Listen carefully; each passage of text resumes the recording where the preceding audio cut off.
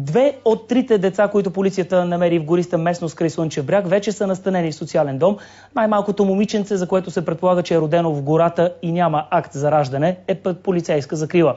До този момент родителите на децата не са ги потърсили. При тези нечовешки условия са били принудени да живеят 3 деца преди да бъдат открити от полицията. Оттам уточниха, че те са живели в гората отскоро.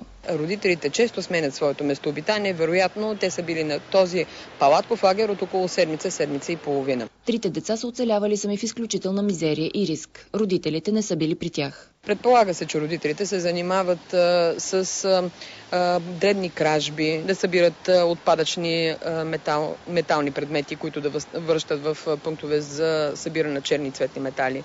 Твърде е възможно всъщност самите те да са се занимавали с просия. Но за децата такъв тип податки към момента нямаме.